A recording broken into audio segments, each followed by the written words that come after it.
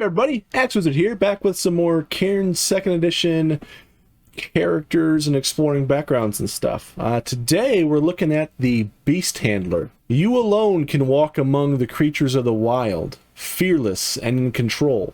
You share a connection with animals that others can only dream of, so long as you don't become their snack. So that's the Beast Handler background, and from that description, you know, I'm thinking of someone who's at home in the wilds, who just loves animals, and maybe not even loves animals, maybe somebody who just desires to control the power of animals. So there's lots of, so looking through this, I made 3 very different characters, and I think you're going to like them. So let's take a look at the characters that I made. So the 3 characters that I made are Frey, Delphine, and Mathus. So let's take a look at Frey first. So Frey is, of course, a beast handler. She has a very rugged physique, tan skin. She's got braided hair, which was the closest thing I could think of to like some cool dreadlocks and stuff. Maybe I might just start changing traits on my own to be what I want, but braided hair kind of works. So she's got this really cool, like she's got cool dreadlocks basically. She's got a bony face. Her speech is very cryptic. Her clothing is pretty filthy. Her virtue is that she's pretty serene, and then her vice is that she's pretty greedy. So let's bring up her character sheet. So based on those traits there, let's take a look at what makes Frey unique and a fun to play character. So her stats, let's just start with those. Pretty middling stats. I mean, she's got average strength, slightly above average dexterity, and then slightly below average willpower. She's also only got 2 hit protection, so I didn't roll very well with Frey, but I don't think that's really important. She doesn't have any armor, and she only starts with 6 gold, and the reason why she only has 6 gold is because she started with 11, because that's what I rolled, but I spent 5 gold, I believe, to get a sling. So she has a ranged weapon. So let's take a look at the special things that you can do for the beast handler. So with this background, you get to roll on 2 tables, or do what I did and just pick whatever you like. So the first table is the first table is what creature is your speciality, and then the second table is what do creatures of the wild understand that your kind do not. So let's take that first table. So what creature is Frey's speciality? Frey, I chose number 6. I chose serpents. So she can take a warming stone that generates an irresistible heat, and a vial of antitoxin, which has 2 uses. So right away, Frey is she's a snake lady. She's into snakes. So I thought that was really cool. And then for the secondary thing, when it says, you know, what do creatures of the wild understand that your kind do not? I went with number 3 on this one. I went with the pulse of the hunt is a powerful impulse. You have a sense for when predators, even those not of your speciality, are near. So those 2 things, really cool. So she gets the warming stone and the antitoxin. The antitoxin. She specializes in serpents, and the warming stone generates heat that I like to think that the serpents would be drawn to. So in my mind, it's not uncommon for Frey not to have like a snake coiled around her arm or something. So that's really cool. And then she can also sense whenever predators are nearby, not just those of her speciality, but like any predator. So she just has that innate sense of when there is something that is stalking her, thinking of her as a delicious meal, right? So she can sense that danger, which I think you know, could be fun for gameplay and roleplay reasons. So let's take a look at what bond I picked out for her. I picked bond number 17. Let's take a look at that. So 17, the Dawn Brigade did your family a service, giving you a dried blood red flower as proof. When the flower turns white, it means the favor is owed. So I thought, you know, from a gameplay and roleplay perspective, that could be some cool stuff too. So she has this blood red flower, and if it turns white, that means that she's got to go find them to turn in a favor. It could mean that she has to find them, or maybe they're going to find her. So she's got this debt that she owes, this favor, and I don't know who the Dawn Brigade is. We might get some more info about that, like in the Warden's Guide. That's not that's going to be coming out soon, eventually. But really, that'll be up to the Warden to determine who the Dawn Brigade is, and also what favor she owes them. So that's really cool. As a beast handler, she starts out with a leather whip, thick gloves, a lure, and a rope. And I kind of wanted her to be a ranged character, so I spent 5 gold to get her a sling, because I imagine that since her stats are a little lower, she'd primarily avoid being like in melee range, and she'd be someone slinging stones at people. Also, because of her background choices, she could potentially sling that warming stone if she wanted to. Not saying that I would, I'm just saying that's a possibility. You could sling a warming stone. So, yeah, I don't know. But that's Frey. I think she's probably my favorite out of the 3 characters I made. I like the mysteriousness of her bond. Like, it doesn't really have any impact like right up front, but it's something that can be cashed out later. And really bring in some cool roleplay narrative that could be really fun. It could potentially even create problems with the group if she hides it from them, or if the favor that's owed is something that they also have to help with too, or maybe she has to owe them for help. I don't know. Lots of things could happen with that. We could play the what if game all day. The fact that serpents are her choice would mean that she'd primarily be, I suppose you're going to find serpents in the woods, and presumably even in the roots, who knows. But she prefers serpents, but she can also sense when predators are nearby, so she'll probably end up saving the party from like being surprised as they're traveling through the woods, and even potentially the roots. So she's got some stuff there. Also, she's very serene, so she's super calm all the time. She doesn't really get bothered by things, and I like to think a big part of that is because when she's hanging out with her snakes, she doesn't like doing sudden movements. It's all very just slow, controlled, relaxed. So I just imagine her being a very serene character. But she's also greedy, so she's got that vice. So I would imagine her trying to potentially steal things from people, or hoard knowledge, wealth, just keep things for herself. Maybe she'll find something shiny and she'll just take it. Maybe she'll just collect things. Maybe she'll just take more than her fair share. So again, definitely some role play and even gameplay facets that can be explored there as well. But that's basically Frey. I think she's the character I'm most drawn to. Like, if I had to pick one to play, I think this one.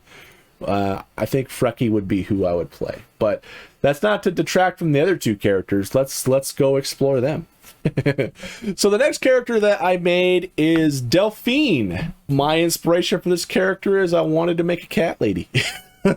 So that's what Delphine is. She's basically a cat lady. So let's jump into her traits. So she's got a somewhat lanky physique. She's got soft skin, luxurious hair. She has a pale face. Her voice is stuttering, kind of like mine sometimes.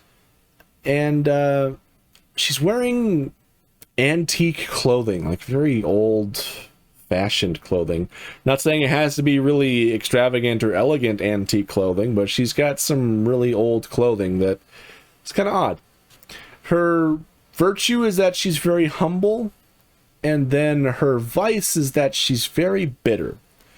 So we're going to explore those a little farther later on, because those sort of tie into my choices for the Beast Handler tables as well. So let's take a look at her stats really quick. So she's got less than average strength. She's got higher than average dexterity, because I like to think of her like trying to play with her cats and you know, be like a cat. So I thought that was pretty cool. She's got above average willpower, and then she's got decent hit protection to start out with. She's got 4 hit protection. She starts out with 13 gold. So let's take a look at what choices I made for her beast handler background. So for her, what creature is your speciality? Should be no surprise, I picked number 2, felines. You can take a sack of whiskerwort. Its odor can calm and control even the largest of cats. So at first I was thinking, oh, she's got a bag of catnip. But no, it's to calm and control, not like make hyper and crazy. So she's got whiskerwort, can calm and control all types of cats. So perfect for a cat lady. Now for the section where it asks you, like, what do creatures of the wild understand that your kind do not? For this one, I picked number 6. Survival is about adaptability. Once per day, you may take on a simple feature from a creature of your speciality. So her speciality is felines, cats. You can add a fatigue each time you do this. So you can only do it once per day, but if for some reason like your party just isn't resting and, you know, you're deprived or whatnot because of that, even if you haven't rested, you could still do it again the next day and just add another fatigue. So I thought this could be pretty cool for her since she's a cat lady and you know, she really wants to be like her cats. So, you know, obvious thing is like once per day. It doesn't specify a duration, so it's up to the warden or whatever. It could even be just like you do it until you decide not to do it. So for example, if she wanted to use like take advantage of a cat's night vision, she could activate her feature and take on night vision. Doesn't say how long it is. Probably don't want it on during the day, but unless you're like inside a dark cavern or a house or something. So first of all, the fun fantasy of playing a cat lady. Delphine's your girl. With her choices there, I like to think of her virtue as being humble, because she just really just wants to sit there and just pet cats all day. Like she just loves cats, just wants to chill. Her stuttering voice, she's not used to talking to people. She much prefers to be with cats. So she sort of lives like, but she's used to being on her own. And you know, she's got luxurious hair because maybe her cats like to clean her hair. I don't know. could be fun there. But since she specializes in felines and she has that thing where once a day she can utilize a simple feature of a cat, such as night vision, at the cost of 1 fatigue, maybe she might want to be more nimble like a cat, or maybe she might be able to want to walk around on all 4s like a cat. I don't know, man. That's up to you and the warden to hash out. But she also has that sack of whiskerwort, so you could potentially, you know, if you get jumped by a big like saber-toothed tiger or something, you could totally like calm that cat down and like make it your best buddy. And you could have like maybe you could have like a big cat buddy. Hell, in my current campaign right now, my party ended up befriending a boar.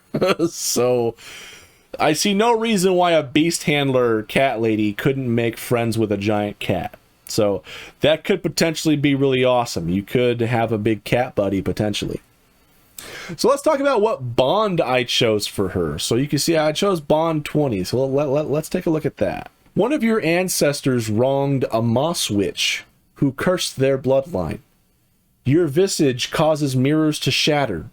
You've noticed that the shards can sometimes reveal illusions. So right away, you've got this humble cat lady who just wants to just keep to herself. She doesn't really necessarily know what she looks like, because whenever she looks into a mirror, she gets like a really brief glimpse, and then the whole thing just shatters. And sometimes she can see through illusions with one of the shards. So really interesting bond there that is sort of, I think, role play wise and like narratively would add to her just kind of being a recluse, because maybe when she was a kid she always thought she was ugly because whenever she would look into a mirror it would break. So it's like, well, only ugly people break mirrors, so that's why she just preferred the company of her cats. So maybe her backstory is that she had a pet cat when she was a kid, and that was her best friend, and she learned to socialize with cats, and she much preferred the company of felines than humans. So I think that's a character that you can probably easily role play. Like, you just don't like humans. I much prefer the company of cats. Who doesn't love to pet cats? I mean, they're like the cutest, cuddly creatures ever. They have like knives in their feet. I mean, and they're totally evil, but they're totally lovable. I mean, who would not love cats, right? So that's pretty cool there. And then I think for her vice, the reason why she's bitter ties into that bond is because she has that bitterness towards humans, towards others of her kind, because she sort of always felt like she was an outcast and shunned, and just very bitter towards people. And maybe that's a behavior that she learned from cats too, to be bitter towards people. Human, my food bowl is empty. What's wrong with you? But yeah, that is Delphine. I just think of her as the cat lady, and that's my take on it. She doesn't start with any petty items because she didn't get any from her background choices or from the bond choices.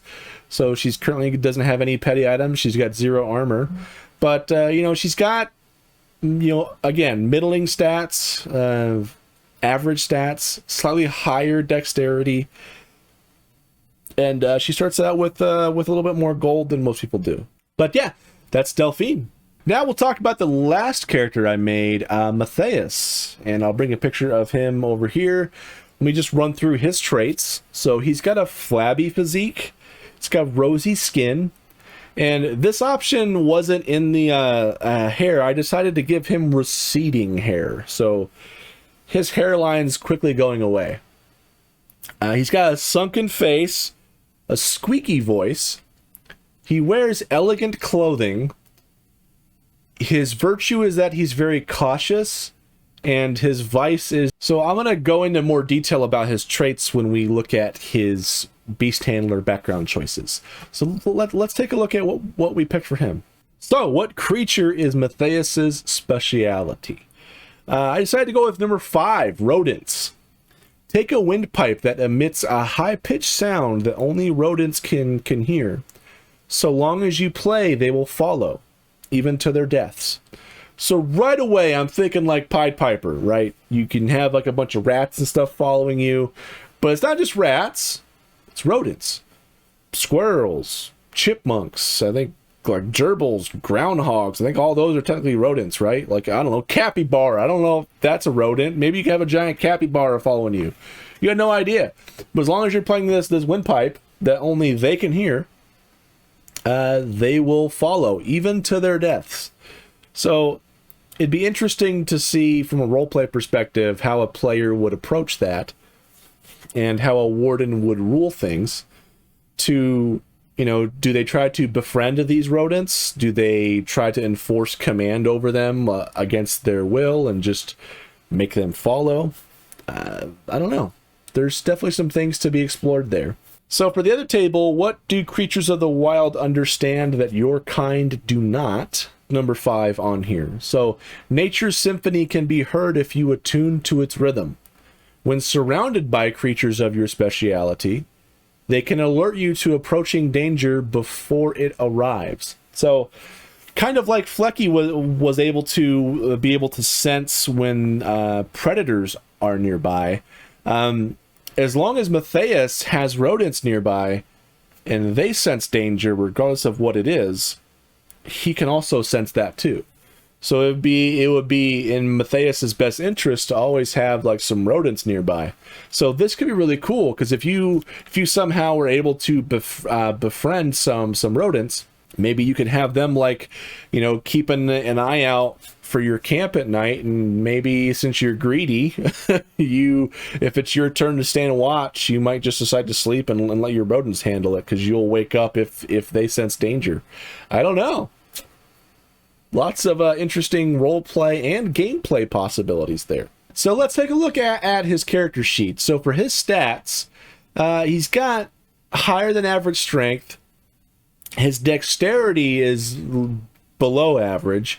I like to think that's because he's got that flabby physique. He can't move around very well. So there could be some cool character progression to where maybe as he travels more with a party, maybe his physique becomes less flabby and maybe his dexterity can go up. I don't know. But he's got higher than average willpower, and I like to think that's, you know, because he can choose to, like, dominate rodents with his windpipe. Not like control their every move, but just make them follow him even against their will. And that has some interesting stuff to it. So I would like to think he has a higher willpower than average. So that's what I went with there. So as a beast handler, he gets the leather whip. The thick gloves he chooses not to wear so he can play the pipe, but he's got those in his pack if he wants to put them on to, you know, handle stuff. I don't know. But he does have thick gloves. He's got a lure, which could be useful for luring in other beasts. I didn't really talk about that much for the other characters, but, you know, there's not much detail about on what a lure is. Is it something like a fishing lure where you can put it on your fishing pole? Or I assume it's some sort of lure for whatever type of beast you're trying to specialize in or anything. That'll be up to you and the warden to hash out exactly what that is. And you've also got some rope. So maybe you could